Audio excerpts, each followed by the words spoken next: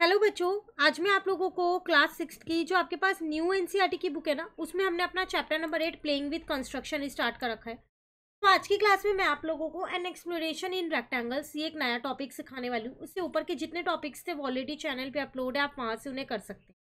देखिए इस टॉपिक में आपसे क्या कह रहे हैं यहाँ पर, बिल्कुल ध्यान से समझिएगा। काफ़ी इंपॉर्टेंट टॉपिक है और कुछ नया आप इसमें सीखने को देखोगे। Construct a rectangle ABCD with AB 7 centimetre and BC 4 centimetre. आपको एक रेक्टेंगल कंस्ट्रक्ट करना है जिसमें आपको लेंथ और ब्रेथ दोनों गिवन है 7 एंड 4 सेंटीमीटर। ठीक है, अब कह रहे हैं imagine x to be a point that can be moved anywhere along the side AB AD। कह रहे एक पॉइंट है x जो इस AD वाली लाइन पे कहीं पर भी मूव कर सकता है। मतलब A पे भी हो सकता है, उससे नीचे कितने भी सेंटीमीटर या मिलीमीटर जो भी है उनकी दूरी पे भी हो सकता है, कहीं पर भी मूव कर लेगा। Similarly imagine Y to be a point that can be moved anywhere along the side BC। ऐसे आपके पास एक पॉइंट है वाई जो इस BC वाली लाइन पे कहीं पर भी मूव कर लेगा। ठीक है, note that x can be placed on the end point A और D। आप x को A और D की जगह भी प्लेस कर सकते हो। Similarly y can be placed on and point of B और C। ऐसे आप y को भी B और C की जगह भी प्लेस कर सकते हो। क्लियर है?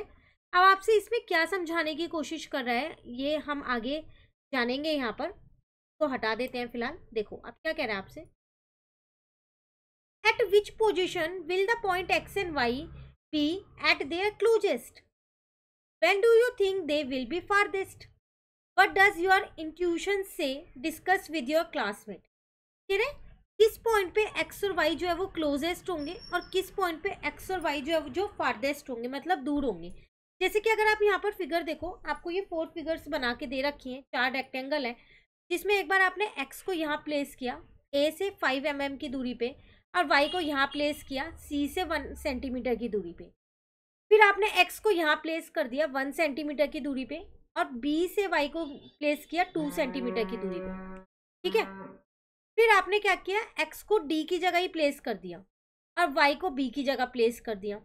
नेक्स्ट वाले में आपने x को A की जगह प्लेस कर दिया और y को B की जगह ही रहने दिया। आपको पहले ही ऊपर बोल दिया गया था कि आप x को A और D की जगह भी रख सकते हो और y को B और C की जगह भी रख सकते हो, है ना। तो वही चीज़ उन्होंने अलग अलग प्लेस करके देखा। Now verify your guess by placing the point x and y on sides and measure how near or far they are। तो अब आप इन्हें कैसे मेजर करोगे कि कौन सबसे पास है और कौन सबसे दूर हो रहा है, कब पास है कब दूर है। तो जैसे जैसे आप ये प्लेस करो आप इन्हें स्केल की हेल्प से मेजर कर सकते हो। ठीक है ना, तो जब आपने यहाँ पर प्लेस किया दोनों को, तो ये तो आप पे 7 सेंटीमीटर ही होगी क्योंकि आपकी यहाँ पर ए बी गिवन थी 7। ठीक है ना, बाकी आप इनको क्या कर सकते हो, ये डायगोनल बन गया आपका रेक्टेंगल का, क्योंकि जब बिल्कुल पूरी क्रॉस में होता है और 2 वर्टेक्स को ज्वाइन करता है तो वो डायगोनल बन जाता है। तो आपको इन्हें स्केल की हेल्प से मेजर करना है। अब कह रहे the distance between X and Y can be obtain by measuring the length of X and Y. जो चीज़ अभी मैंने आपको बोली कि एक्स और वाई की लेंथ को मेजर करके आप उनके बीच का डिस्टेंस ईजिली निकाल सकते। क्लियर? कह रहे how does the minimum distance between the point X and Y compare to the length A और बी। मिनिमम कितना डिस्टेंस होगा इनका as compare to length of A B. A B आपके पास है 7 सेंटीमीटर। तो अब आपको बताना है कि मिनिमम डिस्टेंस कहाँ पर होगा। तो आप ये अलग अलग जगह पे एक्स और वाई को प्लेस कर करके देखो और उसके बाद आपको मेजर करके लिखना है कि मिनिमम डिस्टेंस कहाँ पर आएगा। ठीक है, उसके बाद कह रहे हैं change the position of X and Y to check if there are other positions where they are at their nearest और फारदेस्ट। तो वही आपसे कह रहे हैं कि आप इन एक्स और वाई की पोजीशंस को चेंज कर करके देखो कि कहाँ पर नियरेस्ट और फारदेस्ट होगा। इनके अलावा भी कोई और पोजीशन हो सकती है, डेफिनेटली हो सकती है। ये तो इन्होंने सिर्फ आपको एक आधे एग्जाम्पल दी है कि यहाँ यहाँ आप प्लेस कर सकते हो। ठीक है, क्लियर? अब आपसे क्या कह रहे हैं, you could construct multiple copies of rectangle and try out various position of X and Y. तो आपको क्या करना है, मल्टीपल कॉपीज बनानी है रेक्टेंगल की, मतलब बहुत सारे रेक्टेंगल्स बना लेने हैं और उसके बाद एक्स और वाई की पोजीशन एक एक करके चेंज करते रहना है। हर एक रेक्टेंगल में एक डिफरेंट पोजीशन दिखानी है और उसके बाद आपको मेजर करना है। क्लियर है? चलिए आगे करते हैं। How will you keep track of length X and Y for different position of X और वाई। आप इसका रिकॉर्ड कैसे रखोगे एक्स और वाई का, क्योंकि आपने तो मल्टीपल कॉपीज बना ली है रेक्टेंगल की, उस पर अलग अलग प्लेस किया है, तो उनका ट्रैक भी तो रखना पड़ेगा कि इस वाले रेक्टेंगल में इतनी लेंथ है, इसमें इतनी लेंथ है। Here is a one way of doing it, तो इसका एक तरीका है। Suppose here are some of the position of X and Y that you have considered. तो आप क्या कर सकते हो, यहाँ पर उन्होंने एक तरीका बताया। उन्होंने बोला कुछ पोजीशंस एक्स और वाई की आपने देखी, जैसे जब आपने देखा when X is 5 mm away from A and Y is 3 centimetre away from B, तो एक्स वाई कितना होगा। तो ये वाली कंडीशन बता रहे हैं, ये वाली, ये 5 mm पे था और ये 3 था, क्योंकि ये पूरा बी सी 4 था, जब ये 1 है तो बाकी बचा 3 होगा। तो आपको इसको मेजर करके क्या कर देना है, वहाँ पर लिख देना है, ठीक है। उसी तरीके से आपसे कह रहे हैं when x is 1 centimetre away from A and y is 1 centimetre away from b। अब दोनों 1 सेंटीमीटर की दूरी पे है, ये 1 सेंटीमीटर यहाँ है, दूसरा भी 1 सेंटीमीटर है, 2 नहीं है। एक पोजीशन उन्होंने बताई है, ये वाली फिगर उसकी नहीं है लेकिन, तो आपको मेजर करके लिखनी है। क्लियर, सबकी लेंथ आपको मेजर करके ही लिखनी है। सेम ऐसे थर्ड में कह रहा है when x is 2 centimetre away from A, आपको ये कंस्ट्रक्ट करने हैं, दोबारा से ऐसे कंस्ट्रक्ट करने हैं यहाँ पर ए बी सी और डी। तो x को यहाँ ले लेना 2 centimetre and y is 4 centimetre away from b। तो ये तो पहले ही 4 था, तो इसका मतलब y यहाँ पर होगा, तो कुछ ऐसे फिगर बन जाएगी। तो इन सबको आपको मेजर कर करके यहाँ पर लिखना है, इस तरीके से आपको उनका रिकॉर्ड रखना है। क्लियर है। उसके बाद कह रहे हैं is there a short and way of writing it down in all the sentence only the position of xy and the length of xy change, so we could write this as। कह रहे ये इतने बड़े बड़े sentence जो हमने लिखे हैं, इसके अलावा इसका कोई और शॉर्टकट तरीका है, क्योंकि इसमें हम सिर्फ एक्स और वाई की पोजीशन को चेंज कर रहे हैं और उनकी लेंथ को, एक्स वाई की लेंथ को मेजर कर रहे हैं। तो इतनी बड़ी बड़ी स्टेटमेंट लिखने की ज़रूरत नहीं है, हम यहाँ पर लिख सकते हैं डिस्टेंस ऑफ एक्स फ्रॉम ए। जैसे मान लो मैंने ले लिया ये 2 सेंटीमीटर की दूरी पे था, वाई का 4 सेंटीमीटर था, तो जो अब आपका मेजर करके आएगा वो यहाँ लिख देना। तो पूरा सेंटेंस लिखने की ज़रूरत नहीं है। उसी तरीके से अगर ये 1 सेंटीमीटर की दूरी पे था, ये भी 1 सेंटीमीटर की दूरी पे था, तो आप यहाँ पर उनकी लेंथ लिख देना। क्लियर है। तो आप इस तरीके से भी ट्रैक रख सकते हैं, जितने भी रेक्टेंगल्स आपने बनाए हैं और उसमें एक्स और वाई की जो भी पोजीशन दी है, तो इसके अकॉर्डिंग भी आप उन्हें यहाँ पर रिकॉर्ड रख सकते हैं। उसके बाद आपसे क्या कह रहे हैं, have you checked what happen to the length of X Y when x and y are placed at the same distance away from a and b। फिर आपने चेक किया क्या कि अगर आपने x और y को सेम डिस्टेंस पे रखो, मतलब आपने x को a से 1 सेंटीमीटर की दूरी पे रखा और c से इसको भी, या फिर b से इसको 1 सेंटीमीटर की दूरी पे रखा, तो फिर क्या होगा, इनकी लेंथ कितनी आएगी।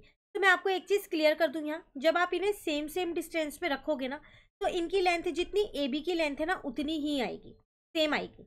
आप चाहे तो मेजर करके भी देख लेना, ठीक है। क्लियर है। तो वही चीज़ वो यहाँ पर पूछ रहे हैं। For example as in the case like this, distance of X from A 5 mm है, वाई का बी से 5 mm है, तो लेंथ ऑफ एक्स और वाई 7 सेंटीमीटर ही आएगी, क्योंकि इन दोनों का डिस्टेंस सेम है। सेम 1 सेंटीमीटर है, अगेन सेम आएगी।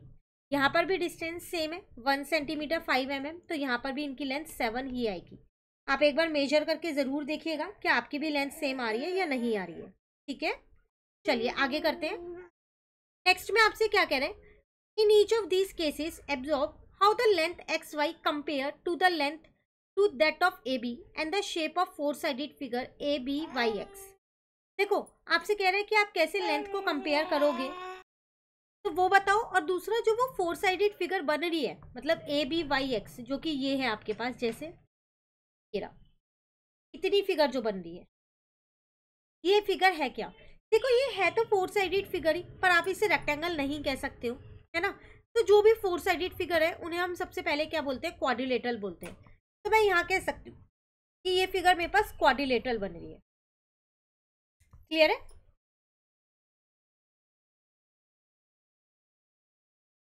अब यहाँ पर आपसे क्या कह रहा था, कंपेयर करने के लिए ये कह रहा था, तो हम यहाँ लिख देंगे when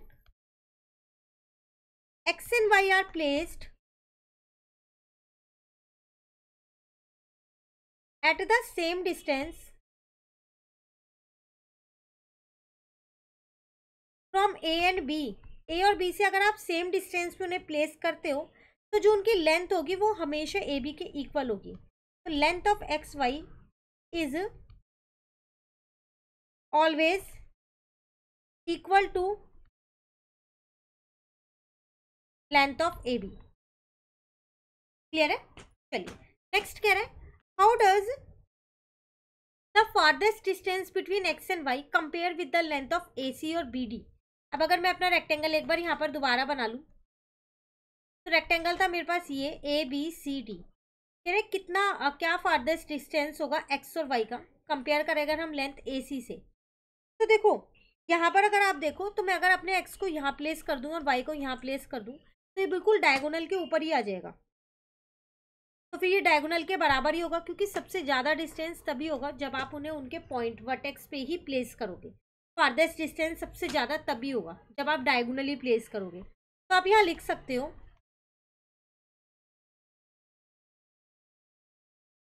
the farthest distance between X and Y is equal to the diagonal A C या फिर डायगोनल बी डी, क्योंकि दो डायगोनल होते हैं एक रेक्टेंगल में, आपको पता है। तो आप ये बी डी भी ले सकते हो और ए सी भी ले सकते हो। ठीक है, क्लियर हो गया? तो आज हम यहीं तक ही करेंगे, आगे का टॉपिक जो है उसे नेक्स्ट क्लास में समझेंगे। आप इतना अच्छे से समझ लीजिए, कहीं दिक्कत लगे साथ के साथ कमेंट करके पूछ लीजिएगा। Thank you.